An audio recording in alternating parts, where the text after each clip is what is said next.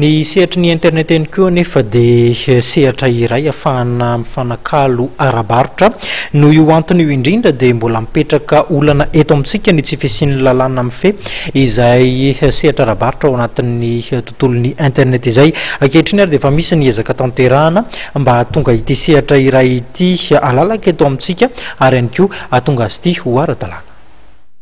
Taorian'ny fandaniana lalàna mikasika ny elokabevava amin'ny fampiasana ny internet na ny cybercriminalité dia andalana amin'izao fotoana izao ny fandrafetana ny lalàna feno fifanakalozana ara-barotra amin'ny alalan'ny internet na ny e-commerce.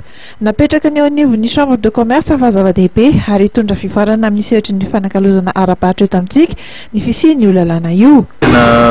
Mety aminay mihitsy le hoe efa manomboka ho adopté amin'izay le teksa rehetrarehetra satria izay ny adoption ireo texte ireo dia manampy be ny visibilité ny orinasa sy ny visibilité ny teknolojia vaovao amin'ny fampiasana azy.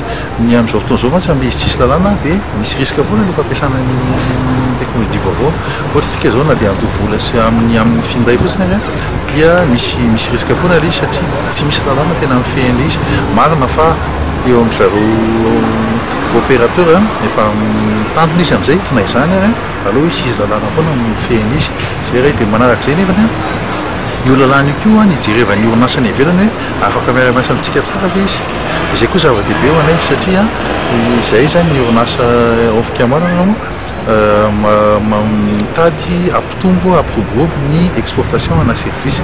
Mba ampifanaraka ny lalàna malagasy amin'ny lalàna resa-pirenena dia nirahana amin'ny Commission des Nations Unies pour le droit du commerce international ihany koa ny famolavolana ny fanakalozana ara-barotra amin'ny alalan'ny internet izay.